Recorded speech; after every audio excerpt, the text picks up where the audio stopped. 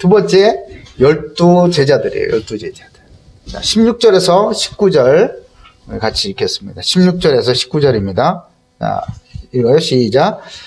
이 12를 세우셨으니 시몬에게는 베드로란 이름을 더하셨고 또 세베대의 아들 야고보의 형제 요한이니 이 둘에게는 보아너게 곧 우레의 아들이란 이름을 더하셨으며 또 안드레와 빌립과 바돌로메와 마테와 도마와 알페오의 아들 야고보와 및 다데오와 가나나인 시몬이며 또 가룟 유다니 이는 예수를 판자더라. 아멘. 12제자들, 기라성 같은 12제자들의 이름을 쭉 열거하셨어요. 이 12명의 명단은요, 마태복음 10장 2절에서 4절, 누가복음 6장 14에서 16절, 그리고 사도행전 1장 13절에도 이렇게 기록이 되어 있습니다. 조금 다른 것은 사도행전 1장 13절에는 가룟 유다가 빠져 있어요. 왜냐면 자살했으니까. 자살했다는데 웃어서 미안하지만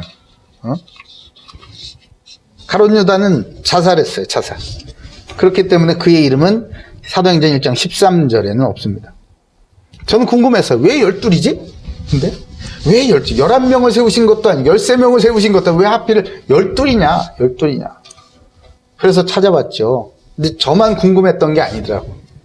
신학자들이 저하고 비슷하게 궁금한 사람들이 많았었나 봐요. 자료를 좀 찾아봤어요. 그랬더니 이 12라는 숫자는 하나님의 백성인 이스라엘을 상징하는 거예요. 부르심을 받은 제자들은 이스라엘의 12지파, 곧 12족장과 같은 그런 영광을 얻은 것과 같다라고 하더라고요. 그러니 주님의 부르심을 받은 사람이 제자로 부르심을 받은 사람이 얼마나 큰 영광을 받은 것입니까? 당시 이스라엘은요, 아수르 그리고 바벨론에 의해서 멸망당했죠. 그래서 사실상 유다와 베냐민 두 지파로 구성되어 있을 뿐이었습니다. 나머지 10지파는요 다 흩어지고 피가 섞이고 막 그렇게 됐어요. 두 지파밖에 없는 거야. 따라서 예수님께서 12지파를 상징하는 12제자를 세우셨다. 이 말은요, 예수님께서 이 이스라엘의 12지파를 온전히 재건하겠다, 회복하겠다라는 하나님의 언약의 말씀을 상징하는 것과 같은 거예요. 그러니까 주님께서 나를 부르셨다 이 말은요, 내가 죄로 말미암아 잃어버렸었던 모든 하나님의 형상들, 하나님의 영광을 그리스도 안에서 너의 인생을 통해서 회복시키겠다라는 하나님의 언약, 그리스도의 약속인 것입니다. 우리가 부르심을 받았다는 게 얼마나 이게 큰 축복이고 감사할 일이에요. 그렇죠? 자, 그래서 이 어떤 사람들을 부르셨나 짧게 한번 훑어보려고 그래요. 먼저 시몬 베드로죠. 언제나 이게 제일 먼저 나온 이름, 시몬 베드로. 제일 먼저 부르셨으니까 그렇죠. 12제자의 명단이 기록된 모든 곳에서 시몬은 가장 먼저 기록이 됩니다. 저 여러분도 좀 그랬으면 좋겠어요. 이 시대에 고려대학교에 내가 세운 제자들, 내가 부를 제자들 중에 누가 제일 먼저 나올까? 제 이름이 제일 먼저 나왔으면 좋겠어. 개인적인 욕심이에요. 그래서 예수님께서 베드로라고 이름을 지어주셨죠. 베드로다. 시몬아, 너는 이제 베드로야. 베드로라고 불릴 것이야 라고 이름을 지어줬다고 하셨어요. 마태복음 16장 18절 보니까 또 내가 내게 이르노니 너는 베드로라. 내가 이 반석 위에 내 교회를 세우르니 음부의 권세가 이기지 못하리라. 아멘. 베드로를 반석이라고 하셨습니다. 그 위에 교회를 세우시겠다. 그리스도의 교회를 세우시겠다라고 말씀하셨어요. 그러니까 이 베드로라는 이름은요, 지금 부르셨을 때의 그 모습, 베드로의 그 모습을 보고 지어주신 게 아니에요. 앞으로 이 베드로를 훈련시킴을 통해서 예수님께서 베드로에게 맡기실 그 사명에 걸맞는 이름을 지어주신 것입니다. 우리의 주안점은 여기 있어야 되는 거예요. 주님께서 오늘 나를 뭐라고 부르실까요?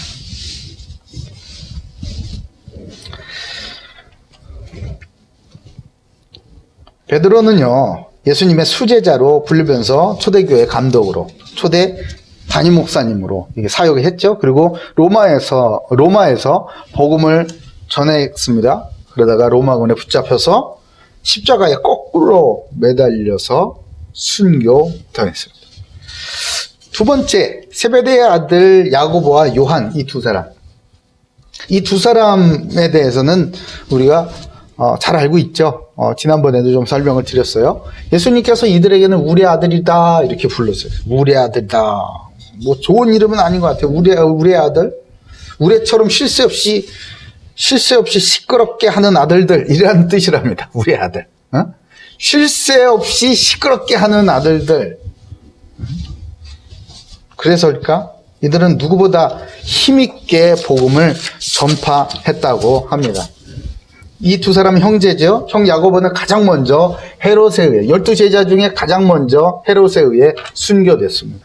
그리고 동생 요한은 가장 오랫동안 살면서 요한복음, 요한 1, 2, 3서, 요한계시록을 기록하였습니다. 참 아이러니해요. 그죠? 둘이 한 형제인데, 이 전생에 의하면요, 이 사도 요한을요, 막 돌로 쳤대요. 죽인다고. 근데 안 죽더래. 안 죽어! 야, 이거 큰일 나. 어떡하지? 물 끓여! 이래가지고 뜨거운 가마솥에다가 확 집어넣는데 안 죽더래. 그래서 밤모섬에 보내줬더라. 이런 전승이 있어요. 전설 같은 얘기. 저는 그런 이 문서들을 찾아보면서, 그렇구나. 우리가 살아있다는 것은 우리를 통하여서 이루고자 하시는 그 사명이 아직 남아있다는 얘기구나. 할렐루야. 그러면은 내가 지금 숨 쉬고 살아있죠? 그러면 주님, 내가 뭘 하길 원하십니까? 주님, 나를 통해서 어떤 일을 이루시고자 합니까? 나를 통해서 받으시고자 하는 그 영광은 뭡니까? 라는 질문은 우리는 당연히 해야 되는 것 아니겠습니까? 그럴 때 우리의 인생은 헤매지 않아요. 우리의 인생은 막 복잡하거나 생각이 많아지거나 조금 막 변화되고 요즘처럼 이렇게 미래가 불확실한 시대에도요, 두려워하지 않습니다. 흔들리지 않아요. 갈 길을 밝히 보이시니 주 앞에 어떻게 나가?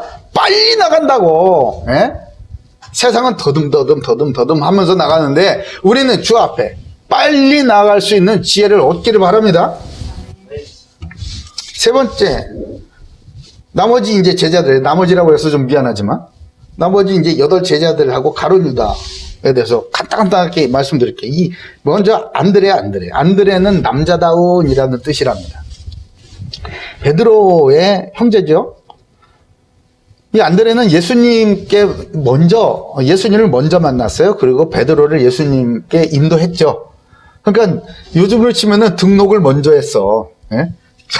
등록을 먼저 한 교인이 안드레예요. 그런데 성경에는 맨날 베드로만 먼저 나와. 예? 기분 안 나빴을까? 쟤 내가 전도하는데 나보다 더 잘 나가네. 장로를 먼저 다뤄. 나는 아직도 서리 집사인데. 응?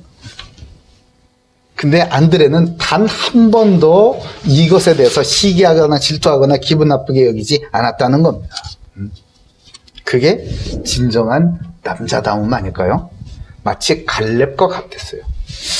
이 안드레는 소아시아에서 선교하다가 순교 당했다고 합니다.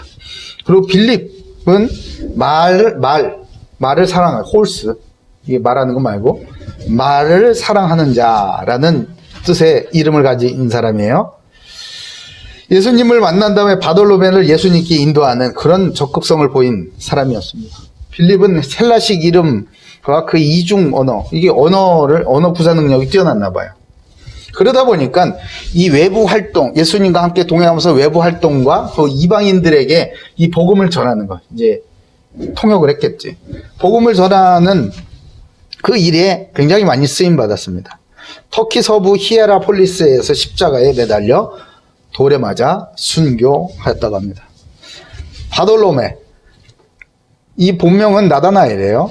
톨마의 아들이라는 뜻인 바돌로메라고 이렇게 불렸습니다.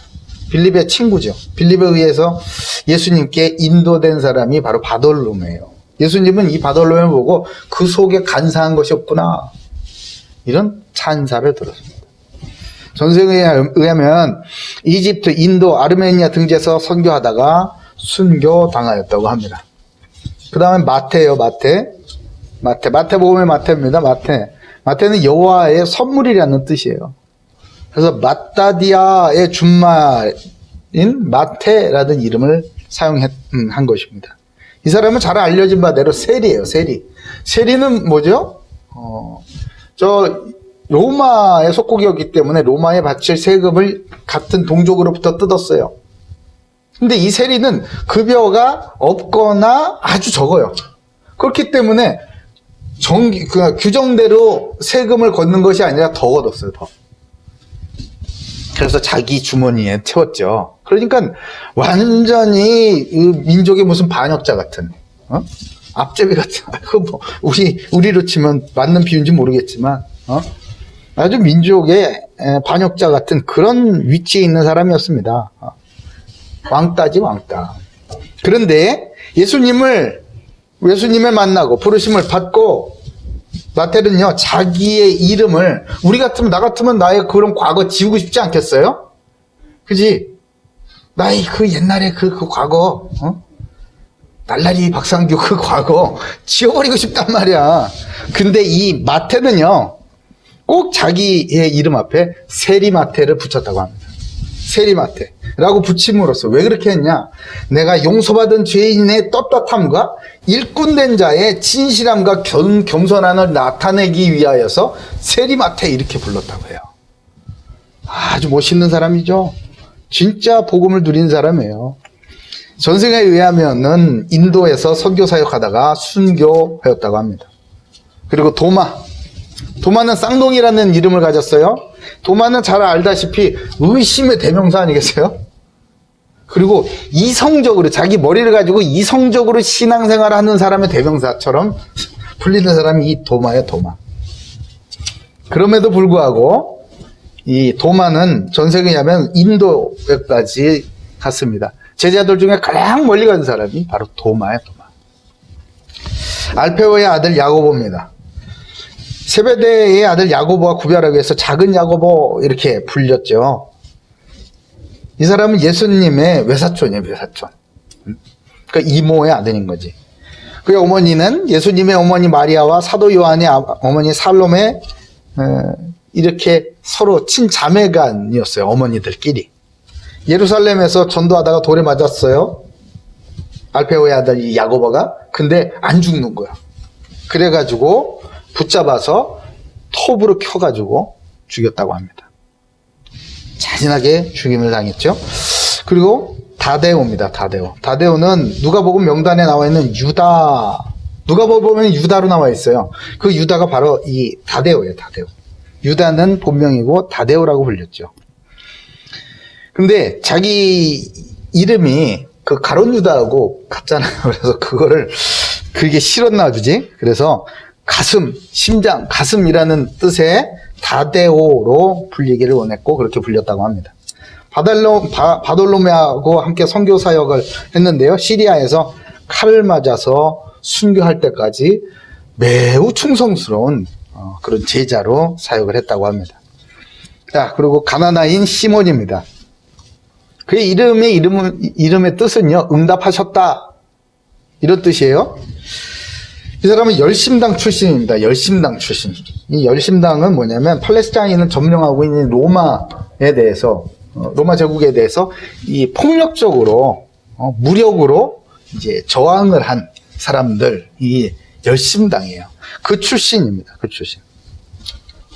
그러니까 이 사람이 어떤 스타일로 선교를 했는지, 전도를 했는지 우리는 미리 짐작할 수 있죠. 이런 사람도 하나님 쓰신 거예요. 이집트에서 설교하다가 다데와 함께 이제 페르시아 지역으로 갔습니다. 그리고 설교한 다음에 그곳에 우상이 너무나 많길래 우상 숭배하지 마라. 그리고 설교한 다음에 이 시몬이 거기에 있었던 우상을 다 때려 부셨대요. 안 되는 거야! 이렇게 부셨답니다. 요즘 같으면 이제 왜 무당 사역 하시는 분들 있잖아요. 무속 사역 하시는, 전문 사역 하시는 분들. 그분들이 가가지고 복음 탁 제시하고 영접합시다! 이렇게 한 다음에 가서 그 기물들 있지. 무슨 단군이, 장군이, 뭐 이런 것들 막 싹 다 드러냈다 이거예요. 그 뭐 이제 그런 거예요. 그러니까 그 이교도들이 그 모습을 보고 열받아가지고 너무 화가 나, 분노해가지고 이 시몬을 기둥에 거꾸로 매달았다고 해요. 그래 놓고 이 사타구니서부터 정수리까지 이렇게 스톱으로 잘라서 죽였답니다. 끔찍하죠? 가룟 유다. 드디어 가룟 유다네? 시몬 가룟의 아들이에요. 이 사람은 계산이 매우 빨랐다고 해요. 사리분별이 아주 순발력 있게 잘 돌아갔다고 합니다. 영리했다고 해요. 그래서 예수님과 그 12제자의 공동체에서 회개도 만났습니다. 합리적으로 돈을 썼으니까. 예수님을 결국은 소에 바쳐, 이렇게 은 30전에 팔았잖아요. 근데 은 30전이 얼만큼의 값어치인 줄 알아요? 소가, 우리 집 소가 남의 집 종을 뿔로 받아가지고 죽잖아요. 그 종이 죽잖아? 그러면은 죽은 종의 몸값이 은 30전이에요. 그 돈 받고 예수를 팔은 거예요. 비참하죠? 응? 자기를 부르시고 3년이나 동행하시고 가르쳐 주시고 끝까지 포기하지 않으셨던 그 예수님을 죽은 종의 몸값인 은 30전에 팔았다. 그래서 어떻게 됐어요? 결국 그는 그 받은 돈을 가지고 밭을 샀다고 그러잖아요. 그리고 그 밭에서 목을 맸죠. 자살을 했습니다. 죄책감에 시달리다가 자살을 했어요. 자살을 했는데 그 목맨 나뭇가지가 무게를 버티지 못하고 부러졌습니다. 떨어졌어요. 창자가 터져서 다 죽었습니다. 그래서 사람들은 그 밭을 아겔다마, 피밭이라고 불렀어요. 이 셈이 빠르고 머리가 영특한 이 가룟 유다가 남긴 유산은요, 아겔다마, 곧 피밭을 남기고 인생을 마감했습니다. 예수님은 인류의 온전한 회복을 위해서 12제자를 따로 세우셨던 것입니다. 예수님께서 부르신 12제자들의 실력이나 인품, 이런 면면을 들여다보면요, 평균 이하 같기도 하고, 그렇게 대단한 사람은 없어 보입니다. 오히려 우리 고대교회에 있는 이 성도들은 정말 이 사람들에 비하면 엄청난 엘리트들이죠. 그럼에도 불구하고 이 12제자들이 제자다워질 수 있었던 것은요, 예수님의 부르심을 받고 예수님과 동행하고 예수님으로부터 훈련을 받고 또한 예수님의 십자가의 죽으심과 부활을 목격을 했고요. 그리고 말씀하신 대로 순종하여 성령의 충만함을 받고 나서야 이들은 제자다워질 수가 있었습니다. 그 첫 시작은요, 바로 예수님의 부르심에 나오는 것입니다. 사랑하는 고대교회 모든 가족들은요, 예수님의 부르심을 따라 가정과 교회, 나라와 민족에 하나님의 나라가 임하게 하는 예수님의 12제자와 같이 세워지는 큰 은혜가 있기를 주님의 이름으로 축복합니다.